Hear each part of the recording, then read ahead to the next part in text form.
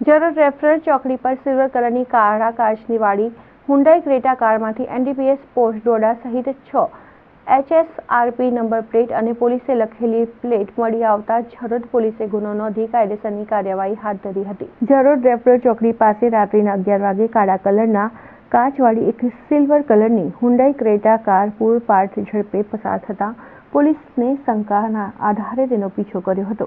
Police પાછળ પડતા જ કાર ચાલક કાર મૂકી પકડાઈ જવાના ડરથી અંધારાનો લાભ લઈ જરોદ રેફરલ ચોકડી પાસેથી ભાગી છૂટ્યો હતો. પોલીસે કારમાં સવાર 2 જેટલા વ્યક્તિઓને કાર છોડી ભાગી જતા જોઈ કાળા કાચની ગાડીમાં શંકા જતા તપાસ હાથ ધરી હતી. 20 જેટલા પ્લાસ્ટિકના કોથળામાંથી 8,95,080ની કિંમતના પોસ્ટ ડોડા મળી આવ્યા હતા. જરોદ પોલીસે 10 લાખની કિંમતની કાર સાથે 18,95,080 એનડીપીએસ પોસ્ટ ડોડાનો મુદ્દામાલ કબજે કર્યો હતો.